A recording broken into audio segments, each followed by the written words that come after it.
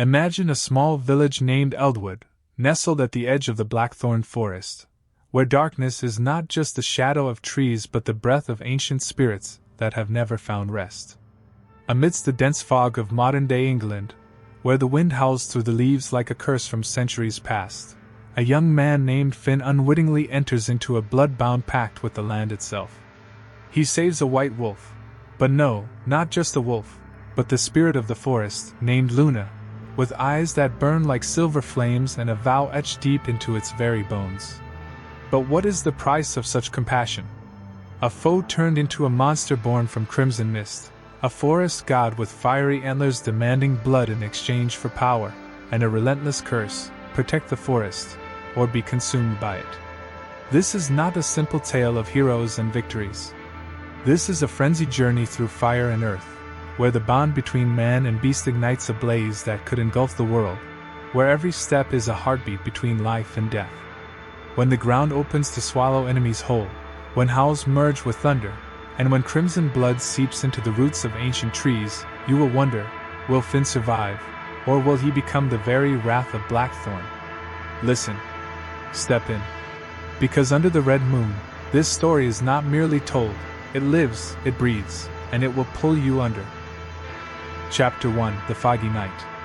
The late autumn evening in Eldwood carried the distinct gloom of the English countryside. Thick mist from Blackthorn forest crept downward, smothering the narrow dirt roads, swallowing the flickering lights of old wooden cottages. Finn, a 25-year-old man with unkempt brown hair and deep blue eyes, walked slowly along a familiar path leading into the woods. He wore a threadbare wool coat, a small axe slung over his shoulder, an heirloom from his late father. His job was to repair wooden furniture for the villagers, but occasionally, he ventured into the forest to gather extra materials, dried oak left behind from the previous season. The biting cold seeped through his clothes, making Finn shiver. The wind whispered through the trees, creating an eerie murmur. He paused, wiping sweat from his brow despite the chill, muttering to himself, "Just grab the wood and head back." But at that moment, an unfamiliar sound rose from deep within the undergrowth, not the usual rustling leaves, nor the common call of an owl, but a weak, broken howl, like the desperate cry of a dying creature. Finn frowned, gripping the handle of his axe. Probably just a fox caught in something, he reassured himself, but a gnawing unease twisted in his gut. He pulled a small flashlight from his coat pocket, flicked it on, and cast its dim beam into the darkness. The light cut through the mist, revealing a sight that made his breath itch: a breathtaking white wolf, its fur shimmering like silver under the glow, curled up in a poacher's snare. Its eyes, two luminous moons, stared straight into Finn's, wild yet pleading. A deep crimson stain spread from its hind leg, soaking the dry leaves beneath. Finn took a step back, heart pounding. "A wolf! In Blackthorn?" he murmured, unable to believe his eyes. Wolves had been extinct in England for centuries, and Blackthorn was no place for such creatures. Yet those eyes, so intelligent, so knowing, so full of silent desperation, made it impossible for him to turn away. He took a deep breath, set his axe down, and muttered to himself, "All right, Finn, don't be stupid, but don't be a coward either." With trembling hands, he moved forward, making a choice he never thought he would. Chapter 2: A Stranger in the Dark. The scent of damp earth and fresh blood filled Finn's nose as he knelt beside the wolf. It let out a low growl, a sound both warning and weakened, but it lacked the strength to scare him off. "Easy," Finn murmured, his voice unsteady. "I'm not here to hurt you. Just trying to help." He had no idea if the creature understood, but saying it aloud made him feel less nervous. Reaching into his coat pocket, Finn pulled out a folding knife, a battered old gift from his grandfather, and began slicing through the netting. The ropes were coarse and thick, clearly the work of professional hunters, not some village-made trap. Each time the blade cut through, the wolf shuddered slightly, but it didn't attack. Finn worked carefully, avoiding the wounded leg, though blood still dripped, warm and stark against his cold fingers. The moment the last thread snapped, the wolf sprang free like a shadow unleashed. Finn stumbled backward, landing hard on the forest floor, his knife flying from his grip. Instinctively, he raised his arms to shield his face, bracing for a fatal lunge. But nothing came. Slowly, he peeked through his fingers, his breath ragged. The wolf stood a few feet away, its glowing gaze locked onto his. There was no aggression, no menace, just a piercing, searching stare, as if memorizing him, measuring him.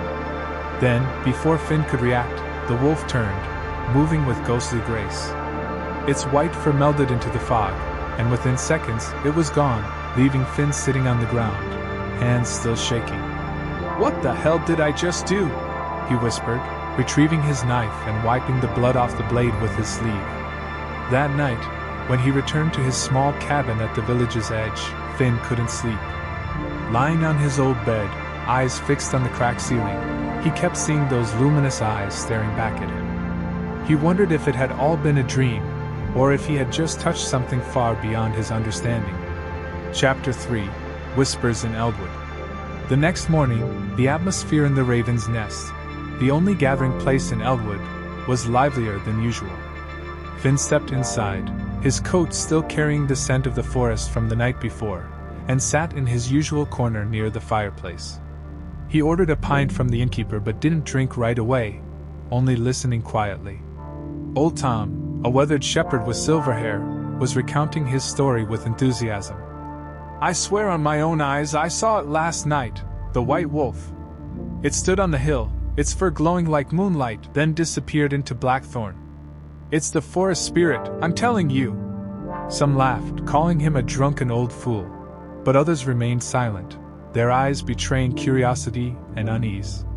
Mary, the village baker with flour-covered hands, chimed in. "If it's the Blackthorn spirit, then something big is coming. The legend says it only appears when the forest is in danger, or when someone has been chosen to protect it." She cast a sharp glance at Finn, as if she knew he was hiding something. Finn lowered his gaze, taking a sip of his beer to mask his discomfort. He never believed in fairy tales. Stories of forest gods and spirits were for children, or at least, that's what he had always thought. But last night hadn't been a dream, and the wolf's eyes were not something he could forget. As he left the inn, he heard someone whisper behind him. "If you saw it, Finn, then you've been chosen." He turned, but only saw a group of villagers chatting, none of them looking at him. A cold gust of wind swept through, carrying the breath of Blackthorn, and Finn shivered instinctively. Chapter 4: Silver Footprints. 3 days had passed since that night in the forest, yet Finn couldn't shake the feeling that he was being watched. That night, he woke suddenly to a faint tapping, not on the door, but something against the porch. He sat up, pulled on his wool sweater, and grabbed his old oil lantern before stepping outside. In the dim golden glow, Finn saw footprints imprinted on the damp earth surrounding his home, large, distinct, with sharp claws. "Not a dog," he murmured, kneeling to examine them. The tracks led from the forest right up to his doorstep, as if something, or someone, had stood there, watching him sleep. Then he saw it, a small branch, about the length of his hand, lying neatly on the wooden step. Carved into the bark was a simple crescent moon symbol, rough, primitive, but unmistakable. Finn picked it up, running his fingers over the cold surface. Who left this here? He wondered, though deep down, he already knew. He looked up toward Blackthorn. The thick mist concealed everything, yet he felt unseen eyes gazing back at him. Finn clenched the branch in his fist, his heartbeat quickening. "If you want to thank me," he called into the night, his voice cutting through the silence. "Then show yourself." Only the wind replied. Chapter 5: The Hunters. The next afternoon, a sleek black truck rumbled into Eldwood, disrupting the village's usual quiet. 3 men stepped out, leather jackets gleaming, hunting rifles slung over their shoulders, their eyes cold and predatory. The leader, a blond man with a scar running down his cheek, introduced himself as Jack Carver. "We're here to hunt the white wolf," he announced, his voice dripping with arrogance. "Its pelt is worth a fortune, and anyone who gets in our way will regret it." The villagers gathered around the small square, whispering in hushed concern. Finn stood among them, his hands clenched so tightly his knuckles turned white. No one is allowed to hunt in Blackthorn. He stepped forward, his voice unsteady but firm. That forest belongs to our village. Jack smirked, stepping closer until Finn could smell the stale cigarette smoke on his breath. You want to play hero? He sneered. Fine. Just don't cry when I blow your leg off. He clapped Finn on the shoulder, then turned away, signaling for his men to unload their gear. That night, Finn didn't sleep. He sat by his window, staring toward the forest, gripping his knife. The wolf, whatever it was, had left its tracks at his doorstep, had left the carved branch like a message. It wasn't prey. It was part of Blackthorn. And Finn knew he couldn't let the hunters take it. Chapter 6, Meeting Luna? The next morning, Finn made a decision. He packed a small bag with water, bread, and his knife, then slipped into Blackthorn before the hunters could set out. Mist curled around his legs like ghostly ribbons, the rustling leaves and distant owl calls filling the silence. He didn't know what he was looking for, only that the wolf, and the answers, were somewhere in this forest. Hours later, he paused by a small brook, the water murmuring over moss-covered stones. He crouched to take a drink, but then, a flicker of white beyond the trees. Finn froze. The wolf stood there, fur gleaming silver in the dappled sunlight, golden eyes locked onto his. Gone was the wild desperation of their first meeting. Now, it radiated something calm, something knowing. Finn exhaled slowly, setting down his bag. Is that you? He murmured. I don't know what you are, but if you understand me, don't run. He hesitated. I'm calling you Luna, okay? The wolf tilted its head slightly, as if considering his words.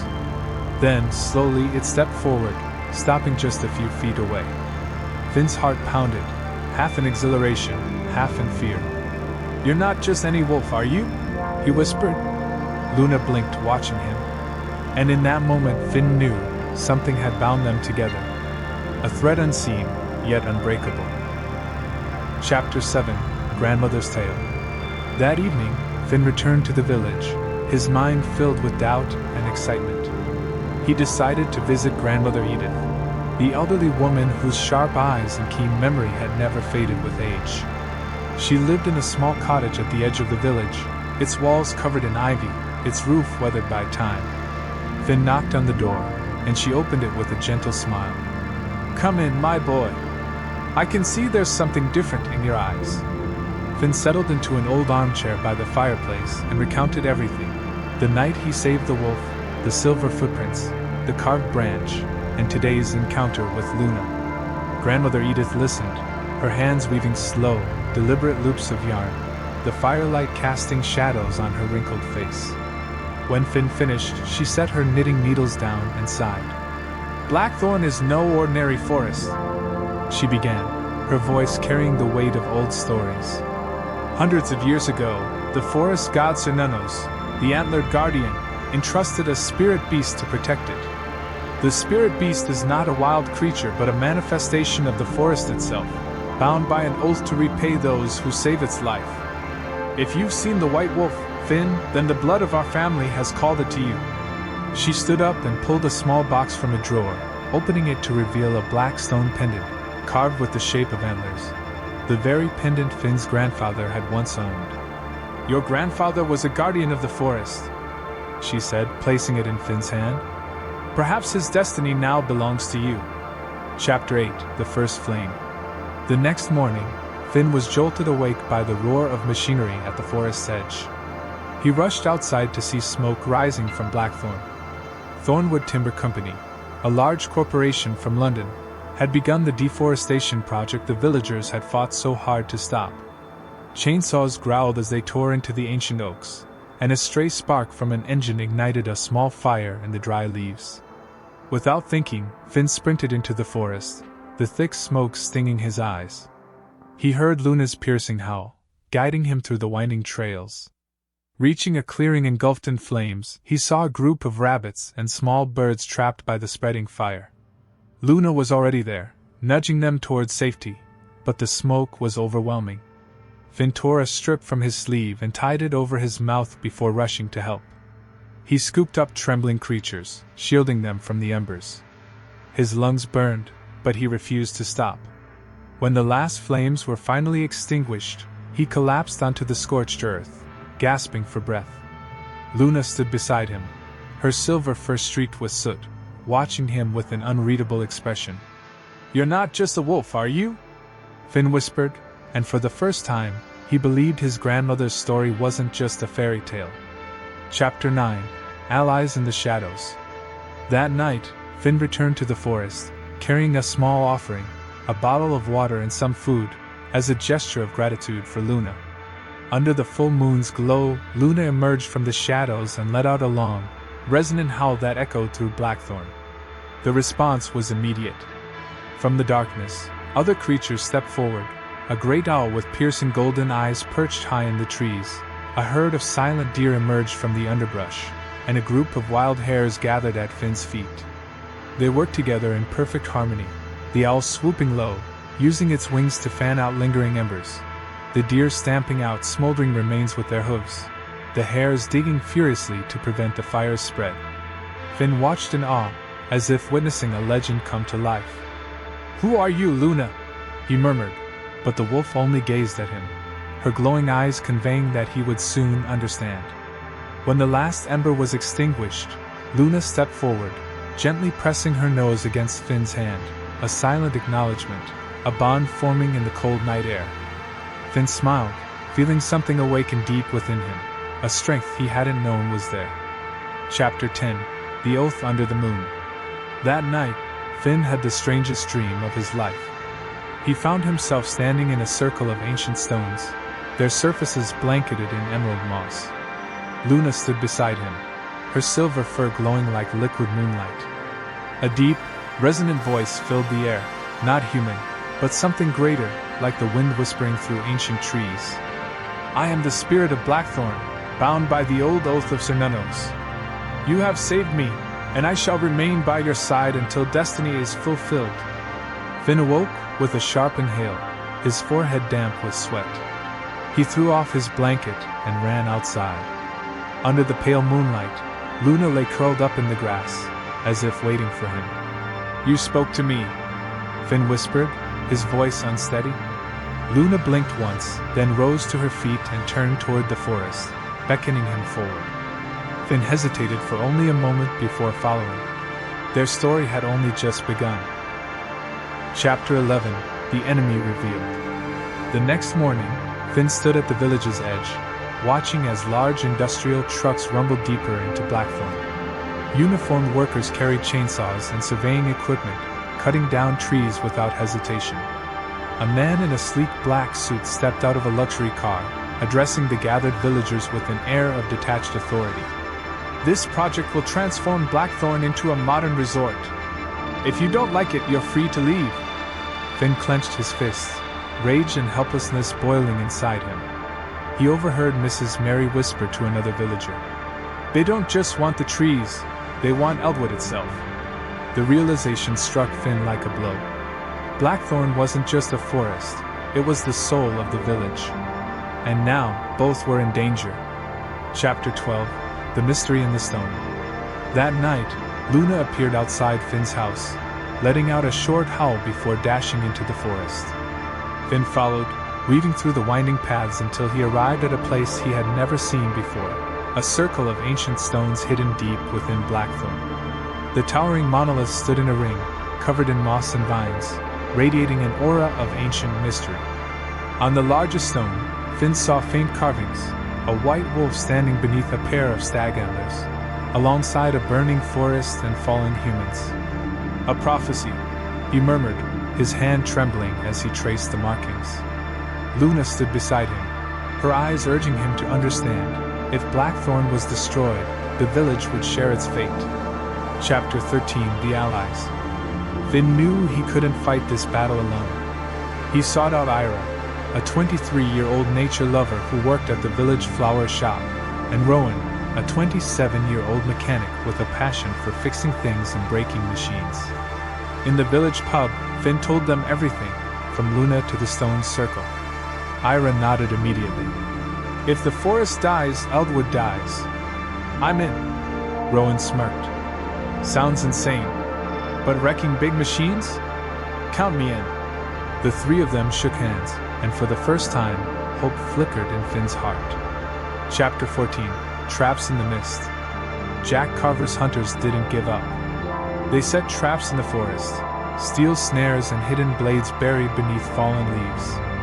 Finn discovered them while walking with Luna, and as he tried to dismantle one, a spring-loaded blade snapped up, slashing deep into his hand. Blood soaked his sleeve, but Luna yanked him away from danger, letting out a sharp, warning howl.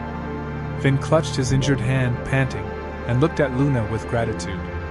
"You saved me again," he murmured. For the first time, he felt that their bond was not just friendship, it was fate. Chapter 15: Fire Beneath the Earth.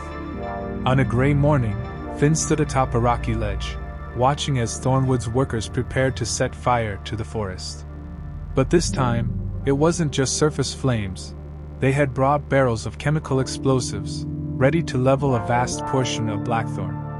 Finn clenched his fists so tightly that his nails cut into his palms. "They're not just killing trees," he whispered. "They're killing the spirit of the forest." When the workers lit the fuse, a deafening explosion rocked the ground, throwing Finn off balance. The earth cracked open, thick black smoke billowed into the sky, and fire didn't just burn above ground, it seemed to ignite something deep within the land itself. Panic surged through Finn, but Luna let out a piercing howl, a sound that sliced through the chaos like a blade. Suddenly, the ground trembled, not from the explosives, but from something deeper, something ancient. From the fissures, hundreds of ravens erupted like a storm from the underworld, their eyes glowing like embers. They didn't just attack, they aimed for the workers' eyes, their throats, tearing flesh in a whirlwind of black feathers and blood. One worker, holding a detonator, was swarmed by the birds. He dropped the device into the chasm, triggering a second explosion. His charred body was flung into the air before crashing back down, a brutal warning. Finn clutched his head, his heart pounding. He turned to Luna, his voice shaking. "Did you call them? Or is Blackthorn alive?" Luna didn't answer. She simply met his gaze, her golden eyes whispering that this was only the beginning of the forest's wrath.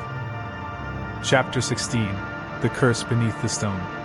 That night, Finn hid in his cabin, his mind reeling from the horrors he had witnessed.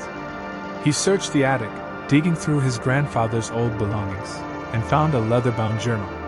This time, he noticed a hidden compartment in the cover. Inside was an aged piece of parchment, its ink dark red, like dried blood. "The curse of Senenos, those who destroy the forest shall pay with their souls. The forest guardian must choose, protect or destroy." Finn's breath turned cold. His grandfather hadn't just been a guardian, he had known about the curse.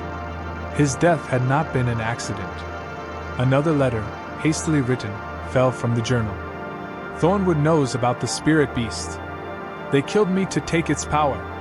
Finn, if you are reading this, run." But it was too late. Finn couldn't run. He looked outside, where the moonlight glinted off his grandfather's stone pendant. A strange heat pulsed in his veins. "They killed him for Luna," Finn whispered, his grip tightening around the parchment. A chilling thought struck him. If Thornwood wanted the beast's power, they wouldn't stop until they had Luna. Or him. Chapter 17: Blood on White Fur. The next morning, Finn led Luna deep into Blackthorn, searching for the stone circle, desperate for answers. But as they reached a quiet stream, a sharp was sliced through the air. Luna let out a pained yelp and collapsed. A black arrow was buried in her chest, just inches from her heart. Blood seeped into her white fur, staining it crimson. Finn whirled around to see Jack Carver emerging from the shadows, a mechanical crossbow in hand, his grin twisted and cruel. "I told you I'd take it," he growled, pointing at Luna. "They say spirit beasts can grant immortality. Guess I'll carve out its heart and see for myself." Two more men stepped forward, rifles raised, cutting off Finn's escape. Finn lunged for Luna, his hands shaking as he tore his shirt to bandage her wound. "Don't touch her," he roared, but Jack stepped closer, planting a boot on Luna's back, making her whimper in pain. Fury exploded inside Finn. He threw a punch, striking Jack across the face, but one of the hunters cracked a rifle butt against Finn's skull. He crashed to the ground, blood trickling from his temple. Jack smirked, lifting his crossbow once more, this time aiming for Luna's head. "Game over," he sneered. At that moment, the ground beneath him split open. Gnarled roots burst from the earth like monstrous fingers, snaring Jack and his men. They screamed, clawing at the air as the roots dragged them into the yawning chasm. Their cries faded. The ground sealed shut. Silence returned. Finn crawled to Luna, tears streaking his face. "Please don't die," he begged. Luna weakly pressed her nose to his hand, as if to comfort him. Chapter 18: A Night of Fire and Mist. Finn carried Luna home, using Edith's herbs to treat her wound, but the injury was deep. As she rested, he gathered Ira and Rowan. "They don't just want the wood," Finn said, his voice trembling with rage. "They want Luna's power. We have to end this." That night, they launched an attack on the Thornwood camp under the cover of thick mist. Rowan, using stolen gasoline, crafted firebombs. Ira mixed paralyzing toxins. Finn and Luna led the charge. Flames erupted across the camp, sending workers fleeing. But in a hidden tent, Finn found something disturbing: machines, strange alchemical devices, and a glowing vial. "They're extracting power from the forest," Ira whispered in horror. Jack Carver, scarred and furious, staggered from the shadows wielding a long sword. "You ruined everything!" he howled, swinging at Finn. Luna, still weak, bit into Jack's arm, but he stabbed her in the shoulder. Finn screamed in fury, hurling his last firebomb. Jack erupted in flames. Shrieking, he stumbled into the burning woods, vanishing into the mist. Chapter 19: The Crimson Mist. Victory had barely been celebrated when Finn was captured. A new squad of Thornwood's mercenaries, hired from London, ambushed him during his retreat. They bound him in iron chains and dragged him to a hidden cave within Blackthorn. Inside, a massive machine rumbled, extracting crimson mist from the earth, the forest's lifeblood stripped away. The commander, a tall, gaunt man named Victor, sneered. "The spirit beast is the key. Its blood will activate this machine and grant me immortality." Finn struggled, only to be struck in the face, his blood dripping onto his chin. Victor raised the dagger, ready to plunge it into him, when a howl echoed through the cave. Luna, battered and bleeding, led a pack of animals in a ferocious charge. Ravens pecked at eyes, deer rammed enemies to the ground, foxes tore flesh. Finn broke free, shattering a vial of crimson mist. The machine erupted in an explosion, tearing the cave apart. Chapter 20: The Oath in Fire. After the battle, Finn and Luna stood amidst the ruins of the mist-harvesting machine, thick black smoke curling around them. The ground beneath their feet was still searing, and burning metal fragments fell like fiery rain. Finn knelt, his trembling hand resting on Luna's head, her blood soaking his fingers. "I swear to protect you and Blackthorn," he choked out, tears carving paths through the soot on his face. "Even if I die, I won't let them take you." Luna looked up, her eyes glowing like silver flames, pressing her nose against his forehead, a moment of tenderness amidst the wreckage. Suddenly, the mist thickened, swirling into an eerie vortex. From within the fog, a colossal figure emerged, Cernunnos, the forest god, his antlers arching like twisted roots, his emerald eyes deep as gemstones. A voice rumbled in Finn's mind. "Your oath is written into the earth. But the price will be blood." Finn's heart pounded. He turned to Luna, a chill creeping down his spine. "Whose blood?" he whispered, but the figure dissolved, leaving him with a question unanswered. Luna howled, a sound both mournful and resolute. Finn clutched his grandfather's stone pendant, knowing their war was far from over. Chapter 21: The Earth Calls the Dead. 3 days later, a monstrous storm descended upon Eldwood, unlike any seen before. The wind howled like the cries of 1,000 wolves, rain slashed through the air like knives, and lightning struck relentlessly, shaking the ground. Finn stood on a rocky ledge, his tattered coat whipping in the wind, gazing down at the wreckage of Thornwood's camp. Trucks lay overturned, tents were torn asunder, and workers scrambled through the mud, screaming for help. But the storm wasn't the most terrifying thing, the earth was. From the cracks split open by lightning, ancient roots surged upward like living tendrils, ensnaring Thornwood's machinery and dragging it into the depths. A worker shrieked as a root coiled around his leg, yanking him below. His scream cut off abruptly as the ground sealed shut. Finn clutched his head, whispering, "Blackthorn is alive! It's fighting back!" Luna stood beside him, her silver fur drenched but her gaze unwavering. She howled, the sound merging with the storm's fury. Finn felt something awaken within him. He was no longer just a guardian. He was the forest's wrath, Senanos's blade. But deep inside, fear gnawed at him. If the forest lived, could it still tell friend from foe? Chapter 22, The One Below. Amidst the ruins of Thornwood's camp, Finn discovered an iron box unearthed by the storm. Inside, waterlogged documents revealed an old contract between Thornwood and a secret order called the Orden of the Horn. A note was scrawled at the bottom. James Harrow was killed for the stone pendant, the key to awakening the spirit beast.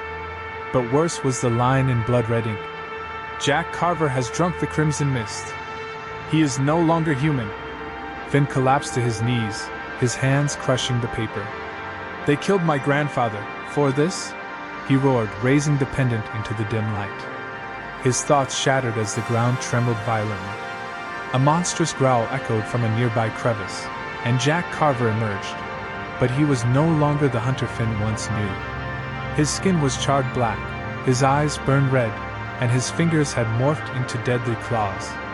"I've seen Senanos," Jack snarled, his voice twisted beyond recognition. "And I will take his power." Jack lunged, moving like a shadow. He struck Finn, sending him sprawling, blood seeping from a gash in his shoulder. Luna leaped at Jack's throat, but he hurled her against the tree, making her whimper in pain. Finn roared and swung his axe, embedding it in Jack's chest, only to watch the wound close instantly. "You can't kill me!" Jack laughed madly, raising his claws for the final blow. But Luna howled again, and the earth responded. Roots shot from the ground, wrapping around Jack's limbs, dragging him downward. He thrashed and screamed, but the soil swallowed him whole. Finn panted, kneeling beside Luna, his heart hammering in his chest. Chapter 23, The Song Beneath the Mist. Finn ran back to the village, gathering the townsfolk in the square amidst the raging storm. Under the flickering torchlight, he told them everything: Thornwood's crimes, his grandfather's murder, and Jack's monstrous transformation. "Blackthorn is calling us," he shouted over the wind. "If we don't fight, we all die." Old Mary raised her cane, her frail hands shaking. "We won't let them take our land so." Tom hefted his axe, roaring, "For our ancestors!" Ira and Rowan rallied the youth, gripping makeshift weapons. Then the mist thickened, enveloping the square. A colossal figure emerged, Cernanos, his antlers shimmering, his emerald gaze judging them. The villagers dropped to their knees, trembling in reverence and fear. But Finn stood tall, shouting, "We are not alone!" Under his lead, they sang an ancient Celtic hymn, their voices echoing through the mist like a call to. Chapter 24, Crimson Fire in the Rain. The final battle erupted under torrential rain, the water knee-deep, mixing with mud and blood. Jack, somehow free from the earth's grasp, led an army of mercenaries from the Orden of the Horn, warriors clad in black armor, their crimson glowing eyes proof they were no longer human. They were not men, but killing machines that felt no pain. Finn led the villagers and forest beasts into battle, the clash of gunfire, roars, and screams tearing through the storm. He fought Jack once more, grappling in the mud. Jack's hands closed around Finn's throat, snarling, "I'll rip out your heart!" Finn rammed the stone pendant into Jack's chest. The monster shrieked as black blood spewed from the wound. Luna lunged, snapping Jack's wrist, but he kicked her aside, leaving her motionless in the mud. The villagers fought with fury.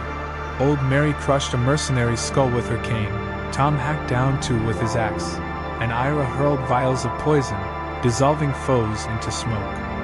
Just as Finn thought they had won, Jack rose again, laughing, his wounds sealing shut. "I am immortal!" he howled, his claws raised for the kill. Then, Cernunnos appeared. From the heavens, a crimson lightning bolt struck Jack, consuming him in fire. His screams faded into the storm, and when the flames died, nothing remained but ash. Chapter 20: The Blazing Oath. After the battle in the cave, Finn and Luna stood amidst the wreckage of the Crimson Mist Extractor. Flames still smoldered around them, black smoke curling upwards like furious spirits. Finn knelt, his hands drenched in Luna's blood from her wound, holding her close. "I swear I will protect you and Blackthorn," he roared, his voice breaking with tears. "Even if I have to burn this world down."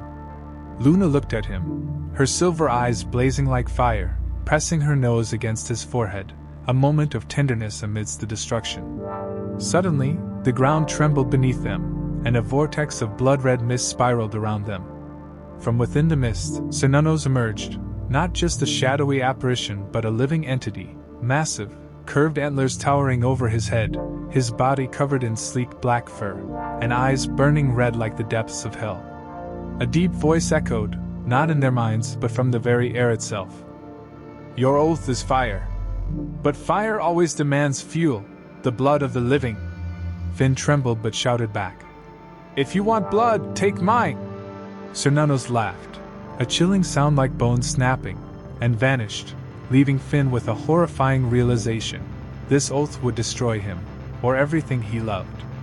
Luna howled, the sound reverberating like an answer, but in her eyes, Finn saw a sorrow deeper than the abyss. Chapter 21: The Earth Devours Souls. The storm hit Eldwood the next morning, not just wind and rain, but a fury from the depths of the earth. Lightning struck relentlessly, tearing the sky into crimson gashes, and the ground cracked open like the mouth of a starving beast. Finn stood atop the hill, his tattered cloak flapping in the wind, staring down at the ruins of Thornwood's camp. But this time, it wasn't just machines being swallowed, the earth was consuming people. A worker was dragged down by writhing roots, his hands reaching out in desperation, screaming, "Help me!" before vanishing into the rumbling ground. Finn clutched his head, stepping back in horror. "What is this?" he whispered, looking at Luna. The wolf howled, and from the fissures in the earth, ghostly figures rose, not animals, but the spirits of former wardens, their faces twisted, their eyes hollow. One of them, resembling Finn's grandfather, stepped forward and whispered in a dry, cracking voice, "You have awakened the curse. Blackthorn does not forgive." Finn screamed, "I only wanted to protect it." But the ground trembled even more violently, and Luna lunged, pushing him away from a widening chasm. He fell, watching as the earth swallowed an ancient oak, and he realized Blackthorn was not just taking revenge on Thornwood. It was demanding his blood. Chapter 22: The Monster from the Black Earth. Beneath the ruins of Thornwood, Finn discovered a hidden chamber behind a boulder carved with antler symbols. Inside, he found records of the Orden of the Horn, a cult worshipping Cernunnos in pursuit of immortality. A handwritten note, written in blood, read, "James Harrow was killed for the Stone Ring. Jack Carver drank the Crimson Mist. He is the wrong chosen one." The ground trembled, and from the darkness, Jack Carver emerged. But he was no longer human. His skin was black and glossy like tar, his eyes burned red-hot like a furnace, his hands twisted into elongated claws, and his distorted voice rang out, "I have seen the god! I am Blackthorn's nightmare!" He lunged, faster than a shadow, his claws piercing Finn's shoulder, sending blood spraying. Finn screamed, swinging his axe into Jack's chest, but the wound closed instantly, leaving only the sound of his maniacal laughter. Luna attacked, sinking her fangs into Jack's leg, but he flung her against the stone wall, making her whimper in pain. "You can't kill me!" Jack roared, raising his claws to end Finn. Suddenly, a ghostly figure emerged from the ground, Finn's grandfather. His spectral hands plunged into Jack's chest, pulling out a swirling mist of crimson energy. Jack shrieked, collapsing, but even as his body disintegrated, he screamed, "I will return!" Chapter 23: The Curse Beneath the Torches. Finn ran back to the village, summoning the townspeople amid the storm. He told them everything: Thornwood, Jack, and Cernunno's curse. Blackthorn doesn't just want the blood of its enemies, it wants all of us, he shouted, his voice raw. Panic spread through the crowd, but old Mary stepped forward, raising a torch. If the forest wants blood, we'll give it the blood of our enemies, she declared. Tom grabbed his axe, roaring, "Fight to the death!" From the mist, Cernunnos appeared, this time fully formed, standing in the village square, his antlers glowing a fiery red. "Those who defy the curse will turn to ash," he said, his voice like cracking stone. But Finn screamed, "I don't defy it, I will complete it!" The villagers sang an ancient Celtic song, their voices cutting through the air like blades, and Luna howled, summoning the spirits of the forest and their ancestors. Cernunnos nodded before vanishing, leaving behind a chilling realization: the price would be greater than Finn ever imagined. Chapter 24: Hell Under the Rain. The battle erupted beneath a sky of blood-red rain, the ground turning to a swamp of decay. Jack, now fully monstrous with skeletal wings sprouting from his back, led the mercenaries of Orden, men turned undead by the crimson mist, their eyes white, their hands gripping blackened swords. Finn charged, his axe swinging in a frenzy, decapitating one soldier, but the body stood back up, attacking again. Jack soared above, diving down and slamming Finn into the mud, his claws at Finn's throat. "I'll drink your blood before I kill your wolf," Jack hissed. Finn struggled, shoving the stone ring into Jack's eye, making him scream as black blood poured from the wound. Luna lunged, tearing into Jack's wing, dragging him to the ground, but Jack drove his claws into her stomach. She howled in agony, blood pooling beneath her. The villagers fought wildly. Ira hurled poison bombs, dissolving the undead, while Rowan set them ablaze with gasoline. But Jack stood up, laughing madly. "I am a god!" He raised his hand, and the earth split open, roots lashing out at both villagers and beasts alike. Finn lunged but was caught, Jack's claws tightening around his throat, lifting him off the ground. Chapter 25: Blood Beneath the God's Antlers. As Finn was about to die, Cernunnos materialized in the battlefield, his antlers burning like the inferno of the underworld. "Whose blood do you choose?" the god asked, his voice like thunder. Finn saw Luna lying motionless, her blood soaking the earth. He screamed, "Take me! Bring her back!" He plunged a dagger into his own chest, blood spilling onto the ground. But Jack seized the stone ring from Finn's grasp, bellowing, "The power is mine!" He drove the ring into his own heart, and a blinding red light engulfed him. Cernunnos chuckled coldly. "The greedy are unworthy." Jack disintegrated into ashes. But the ground shook violently. The curse was not yet broken. Finn collapsed beside Luna, whispering, "I'm sorry," before losing consciousness in a pool of his own blood. Chapter 26: Ash Becomes Soul. Finn awoke within the ancient stone circle. The storm had faded, but so had his strength. Luna lay lifeless beside him, her white fur stained with dried blood. He wept, pounding the earth. "I failed!" he cried.